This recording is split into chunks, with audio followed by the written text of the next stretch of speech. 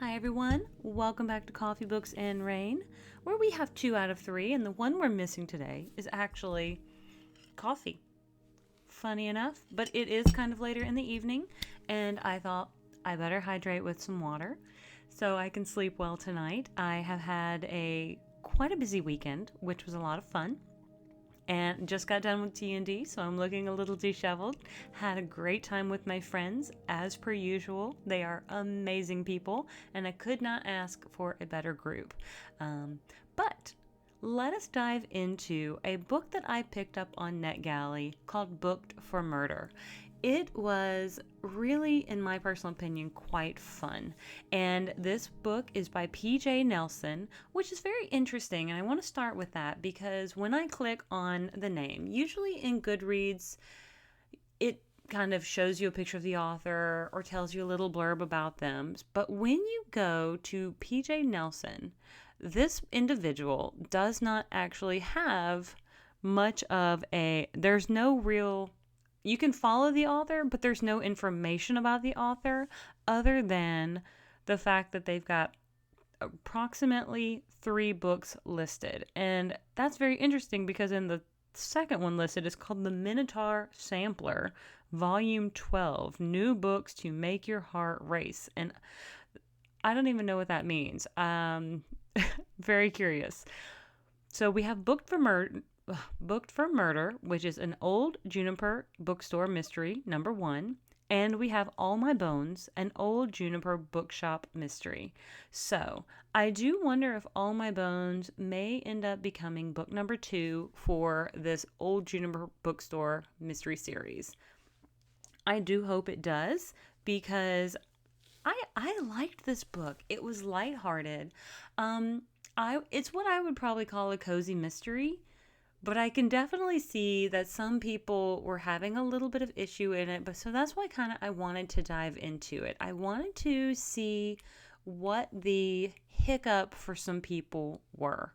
And so I'm kind of starting with just looking at a couple of these, and they thought that there were several places that they felt like stopping. The mystery, let's see, they thought some of the characters gave them problems. I would agree with that. I really would, but I don't feel like overall it gave me too many issues that took me out of the story too much. But we'll dive into it. Let's dive into the summary and go from there. In this atmospheric, cozy debut, Madeline Brimley returns to the bookstore she inherited, discovering that small towns hold deadly secrets. Madeline Brimley left small-town Georgia many years ago to go to college and pursue her dream on stage. Her dramatic escapades are many, but success has eluded her, leaving her at loose ends. But then she gets word that not only has her beloved eccentric aunt passed, but she's left Madeline, her equally eccentric bookstore, housed in an old Victorian mansion in the small college town of Enigma. But when she arrives in her beat up Fiat, and she names it Igor, if I remember correctly, to claim the old Juniper bookstore and restart her life, Madeline is faced with unexpected challenges.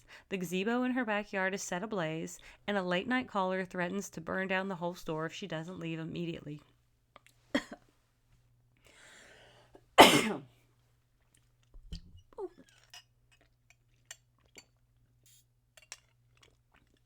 Dry spot there.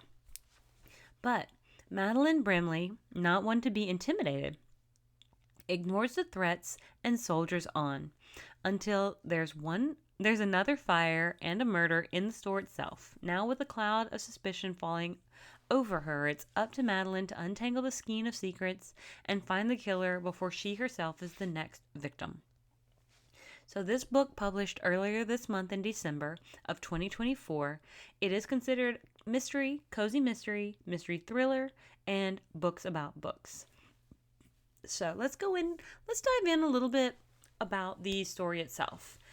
Madeline Brimley presents herself as kind of like this character who she's decided to give up her acting career that she's been pursuing in Atlanta for quite a while.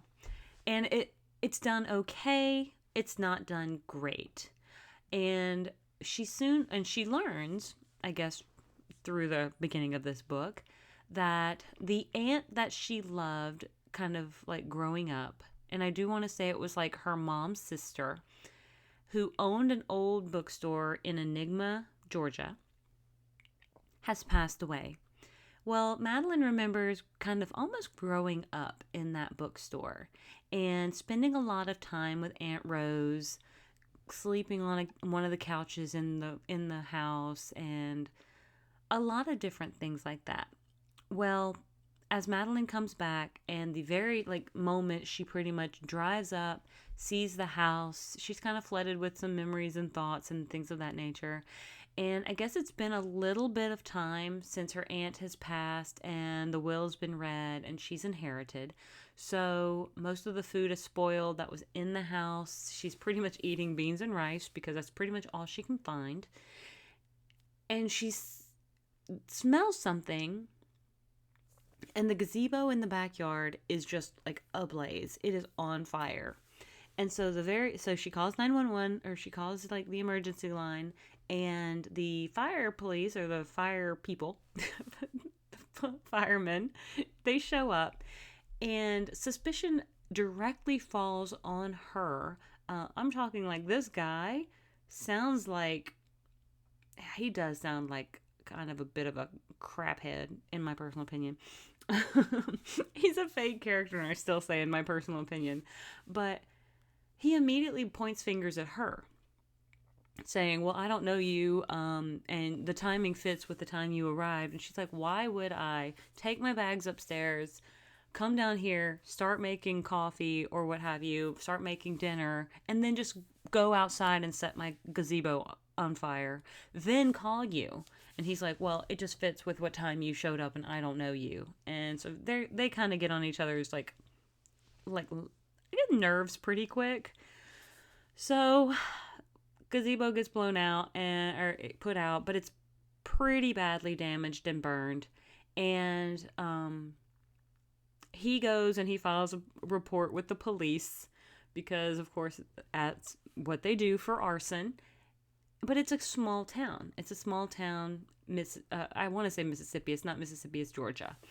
And so pretty much within a day, or within even a few hours, people are already aware that this has happened. And one of her aunt's best friends, Philomena, she comes over and she kind of starts chatting with Madeline, and they start bonding and doing various things. And so just, kind of catching up on old times, reminiscing about Aunt Rose, reminiscing about some of her favorite things. And then that's when Philomena, she kind of recommends, she's like, oh yeah, you know who the cop is, the small town cop is. And the funny thing is that there seems to be only one. It seems to be this one guy that Madeline babysat when, she might have been, she was 6 years older than him. So let's just say if she's, 30 in this book, he's somewhere, 24. And she's probably older if she's been doing acting for a while. So she could be closer to 38, and so maybe he's more like 32. But they do make a note that she's 6 years older than him, and that she babysat him.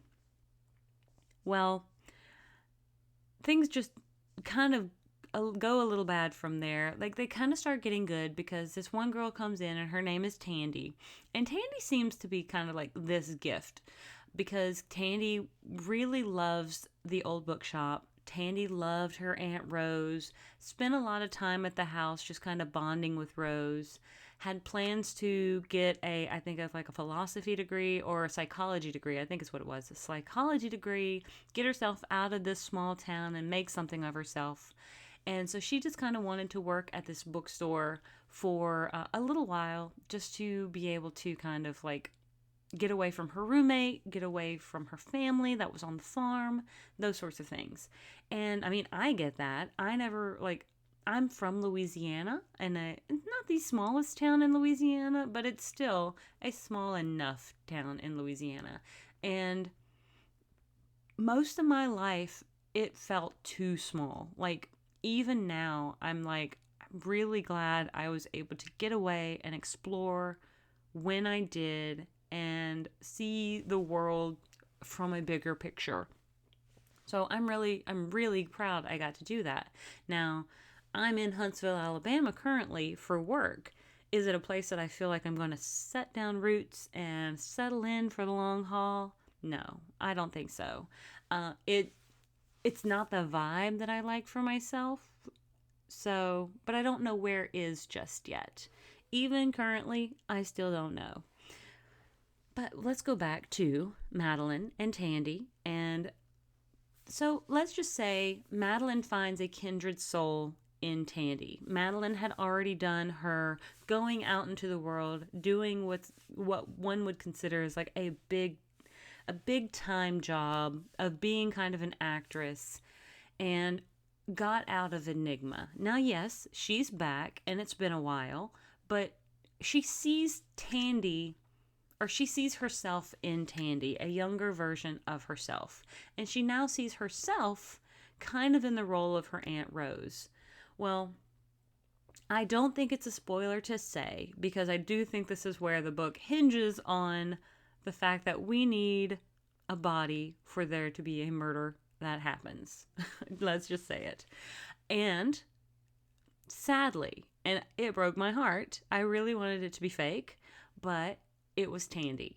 And that was really quite gutting. I think that was a very specific move by the author that I'm not sure I fully supported, but it was the move that they made. Well, then Madeline kind of I don't want to say she goes on a warpath, but a little bit. She gets very gung-ho about certain people being the guilty parties and wanting to pretty much Nancy Drew her way to justice. And she doesn't really fully trust this cop guy.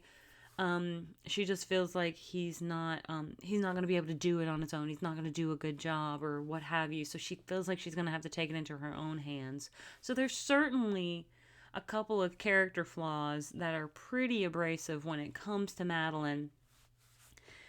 But there are some character attributes in Madeline that work out pretty well. But she is very,